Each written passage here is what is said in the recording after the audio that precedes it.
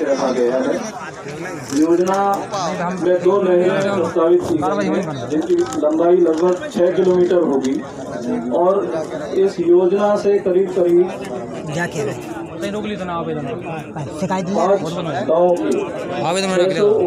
किसानों को आवेदन तो हमें तो दे सिंचाई का लाभ मिल सकेगा और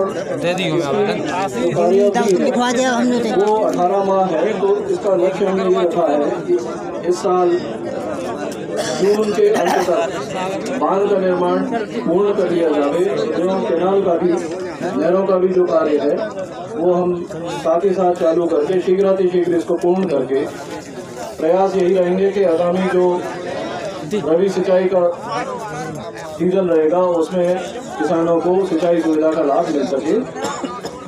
ये आप लोगों के लिए एक शासन की बड़ी सौगात है जिसके लिए हमारे माननीय मंत्री जी अपने पिछले कार्यकाल से लेकर अब तक सतत प्रयासरत रहे हैं। मैं उनका हार्दिक अभिनंदन करता हूँ। साथ ही आप सभी लोग जो यहाँ उपस्थित हुए हैं उनका भी अभिनंदन करता हूँ। धन्यवाद। स्वीकृत करवाए इसके लिए मैं आपको अपनी तरफ से बहुत बहुत बधाई धन्यवाद देता हूँ। समय कम है, बहुत ज़्यादा बातें करने की आवश्यकता नहीं है। हर्ष भैया से मैं तो एक ही बात कहूँगा, क्योंकि हमारा देवरी विधानसभा क्षेत्र शुद्ध कृषि प्रधान क्षेत्र है, यहाँ कोई उद्योग धंधे नहीं है।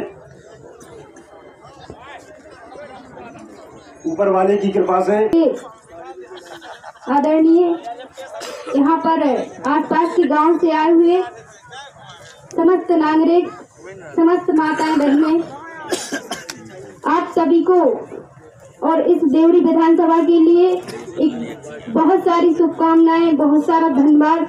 और जो जलाशय अब यहाँ पर बनने जा रहा है इससे निश्चित ही किसानों के लिए काफी लाभ, और जो समस्या देवरी विधानसभा की रही है सबसे ज्यादा पेयजल है, चाहे ग्रामीण क्षेत्र में हो चाहे खेतों में हो, और निश्चित ही अब इन सब मांगों को आदरणीय मंत्री जी के माध्यम से देवरी क्षेत्र विकास की ओर अग्रसर है।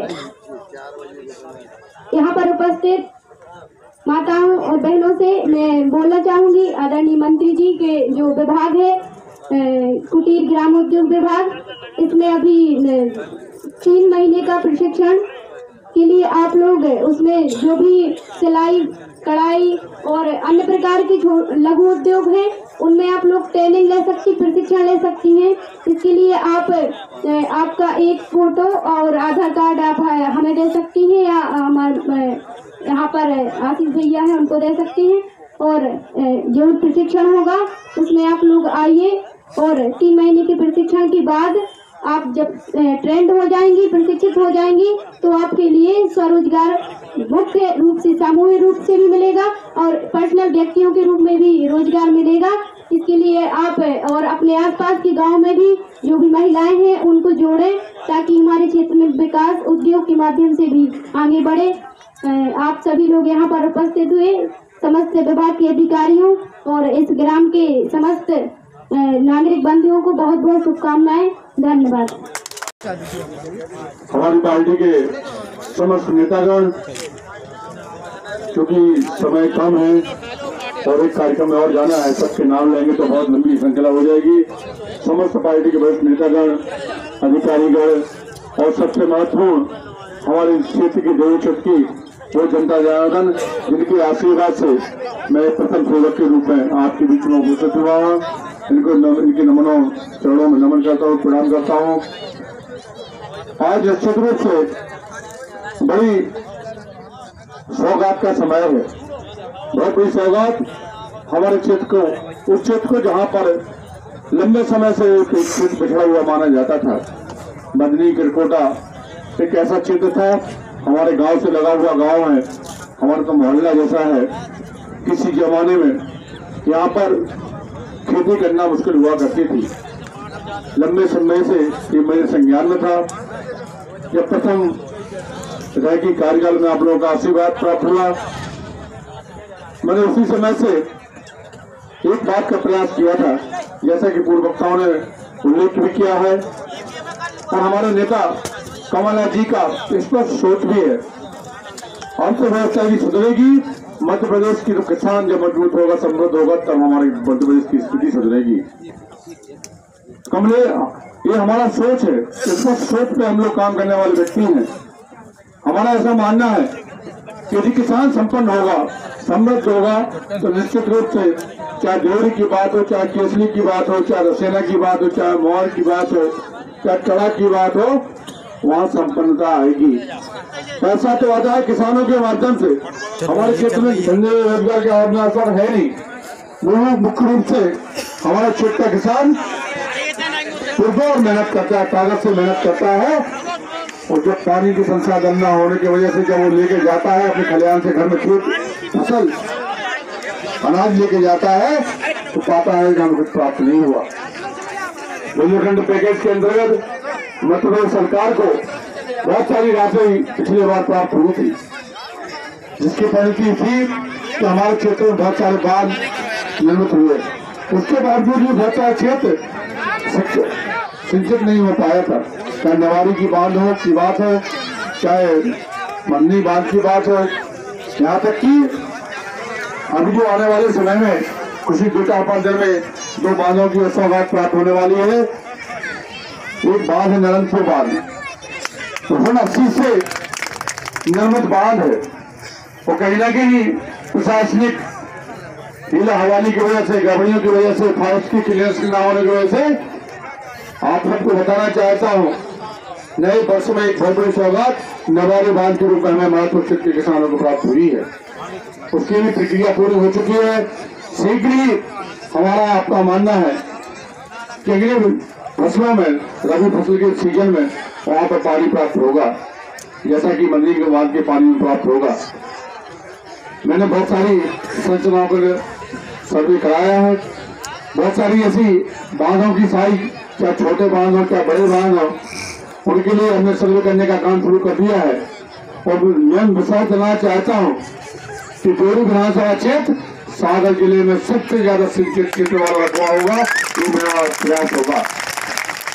किसान की सम्मिलितता के लिए, क्योंकि मैं किसान परिवार से हूँ और किसान की पीड़ा से बहुत अच्छे से वाकिफ हूँ। कहीं ना कहीं कुएं की सिंचाई भी हम लोगों ने करी है, हैंडपंप से, ट्यूबवेल से भी सिंचाई हम लोगों ने करी है। और कहीं ना कहीं हमें पाते हैं जो सिंचाई नहर के माध्यम से जो सिंचाई होती है, वो ट्यूबवेल और कुएं के माध्यम से होना कितनी मुश्किल होती है हम जानते हैं। डीजल कितना महंगा आता है, बिजली कितनी अच्छी मिलती है, कितनी महंगी मिलती है, इसके बारे में हम ज्यादा कहने की आवश्यकता नहीं है। मगर मेरा ऐसा मानना है, यदि हम जल संसाधन विभाग के माध्यम से सही उपयोग कर लें और अपने जो क्षेत्र में हमारा ऐसा क्षेत्र विधानसभा क्षेत्र एक ऐसा है कि जहाँ पर बांधों की, चाहे छोटे बांध हो, चाहे बड़े बांध हो, चाहे बेस्टियर हो, ऐसी बहुत सारी बांधों की साइड है कि जहाँ पर थोड़ा सा प्रयास किया जाए तो बहुत सारे पानी की नुकसान हमारे किसानों को प्राप्त होगी।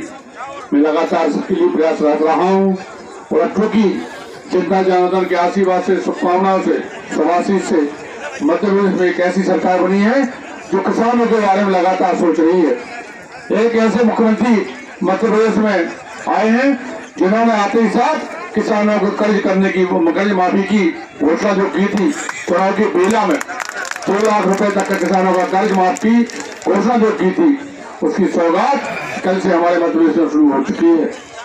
तो ऐसी सरकार से हम ज्यादा किसी ज्यादा उम्मीद कर सकते हैं कि किसानों के हित में अच्छे काम होंगे। मेरा विश्वास है कि किसानों की पीड़ा हमारे मुख्यमंत्री भी जानते हैं। मैं तो किसान परिवार से हूँ, तो बहुत अच्छे से जानता हूँ कि किसान की तकलीफ क्या होती है, दर्द क्या होता है। जब उसकी फसल खराब होती है, उसके जब सूखा पड़ता है, पाला पड़ता है, अतिवृष्टि होती है, जब जानवरों के द्वारा नुकसान होता है, तो कितनी पीड़ा होती है, ये सब चीजों से मैं वाकिफ हूँ। मैं विश्वास करना चाहता हूँ, मैं तो आपके बीच का सेवक हूँ और सेवक के रूप में काम करने के आदि रहा हूँ। ना विधायक हूँ ना मंत्री हूँ। आपके लिए तो मैं हर्ष यादव बन के काम करना चाहता हूँ और हर्ष यादव के बीच में, समाज के बीच में कोई बीच वाला ना हो, मैं ये भी चाहता हूँ। हम और आप मिलकर देवरी क्षेत्र का विकास करें इस भावना के साथ कि देवरी हमारा है और हम देवरी के हैं, और देवरी का यदि विकास करना है तो हमें मिलजुल कर, न दल से, न बल से, न संप्रदाय से, न जाति से, न धर्म से सिर्फ दो बातों से हटकर हमें क्षेत्र का विकास करने की मानसिकता से काम करने की आवश्यकता है।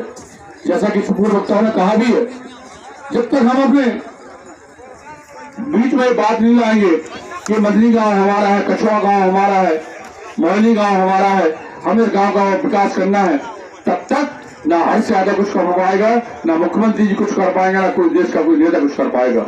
हमें पहले ये भावना जागृत करने की आवश्यकता है कि गांव हमारा है, ये क्षेत्र हमारा है, इस क्षेत्र के लिए हमें कुछ करना है। ये जज्बा हमें अपने मन में पैदा करने की आवश्यकता है। सुरेंद्र भाई ने बहुत अच्छी बात कही है कि निश्चित रूप से सिंचाई के संसाधन बढ़ाने के लिए हमें लगातार प्रयास करने की आवश्यकता है। मैं विश्वास दिलाना चाहता हूँ, मेरी लगातार दो प्राथमिकता रही किसान के क्षेत्र में कि जिले क्षेत्र में सिंचाई के संसाधन बढ़े, अच्छी बिजली मिले। मेरा प्रयास है कि ये भी होगा, 132 की सिविल की सौगात हमें प्राप्त हो चुकी है। मेरा प्रयास अब ये होगा कि हमारे क्षेत्र में ज्यादा से ज्यादा 3311 सब स्टेशन ज्यादा से ज्यादा स्वीकृत हो। यदि सब स्टेशन बनेंगी तो मेरा ऐसा मानना है जो वोल्टेज की प्रॉब्लम होती है, जो पावर कट की प्रॉब्लम होती है, उससे हमें निजात मिलेगी। मैं देखता हूँ कि हमारे विधानसभा क्षेत्र में सबसे कम सब स्टेशन क्षेत्र में है और बिजली की उपलब्धता तो इतनी कम है कि जिसके बारे में कुछ कहना जाए तो ठीक है। सौभाग्य की बात है, हमें ऐसा ग्राहक प्राप्त हुआ है नवकरणीय ऊर्जा, जिस पर आज पूरा देश और विश्व विचार कर रहा है। एक तरफ जहां 7.5 रुपए पर यूनिट बिजली मिलती है, एक हमारा विभाग ऐसा है जिसमें 138 रुपए से लेकर 101 रुपए 38 पैसे से लेकर 2.5 रुपए तक की बिजली सस्ती प्राप्त होती है। और एक बार निर्माण के बाद कोई मेंटेनेंस नहीं, कहीं कुछ काम नहीं, और ऐसी बिजली हम किसानों के लिए देने के लिए तैयार बैठे हैं। मैंने यहाँ पर अपने विधानसभा क्षेत्र में कुछ स्थान चिन्हित किए हैं जो हमारे क्षेत्र में सरकारी जगह पड़ी हुई है, वो अनुपजाऊ है, खेती करने योग्य नहीं है, वृक्षारोपण हो नहीं सकता है, उन संसाधनों के अभाव में वहाँ कुछ होने की स्थिति बनी जिसको हम भटार कहते हैं। हमने सोचा है कि भटारों पर जिस तरह का रीवा में सोलर प्लांट बना है, नीमच में सोलर प्लांट बना है, वैसे सोलर प्लांट हमारे विधानसभा क्षेत्र में भी बने, इसके लिए मैं प्रयास कर रहा हूँ। काम शुरू हो चुका है हमारे केसरी विकास खंड में और देवरी विकास खंड में। ऐसी बहुत सारी जगह खाली पड़ी है 200-500 एकड़, जहाँ पर सोलर प्लांट की सौगात हमें प्राप्त होगी तो लाइट तो मिलेगी, मध्य प्रदेश के नक्शे के साथ साथ देश के नक्शे में देवरी का नाम आएगा और युवाओं को रोजगार भी मिलेगा। इस पर भी मैंने काम शुरू किया है। दूसरा हमारे प्रयाग के ग्राम उद्योग विभाग, जैसा कि अटल अटल जी ने कहा है, ये कितना महत्वपूर्ण विभाग है। अभी तक ये विभाग उद्योग विभाग के अंतर्गत आता था। उद्योग विभाग इतना भारी भरकम विभाग होता था, उद्योगपतियों तक सीमित हो जाता था। उसमें कुटीर और ग्राम उद्योग की चर्चा होती ही नहीं थी। कमला जी की संज्ञान में बात आई कि नवकरणीय ऊर्जा, चूंकि ऊर्जा विभाग से संबंधित था, उस पर काम नहीं होता था। उद्योग विभाग ऐसा विभाग, ग्राम उद्योग विभाग ऐसा था जिस पर कभी कोई काम नहीं होता था। ये बड़ा चैलेंज कमला जी ने मुझे सौंपा है और मेरा विश्वास है इसमें भी हम बहुत कुछ करने की जरूरत महसूस करते थे। वो जरूरत आज जो है हमारे ग्रामीण क्षेत्र के वो युवा रोजगार बेरोजगार जो पलायन की स्थिति में अन्य प्रदेशों में जाते हैं, परिवार को छोड़ के जाते हैं, जब लौट के आते हैं तो पता चला उनके पास कपड़े के अलावा कुछ नहीं प्राप्त होता है।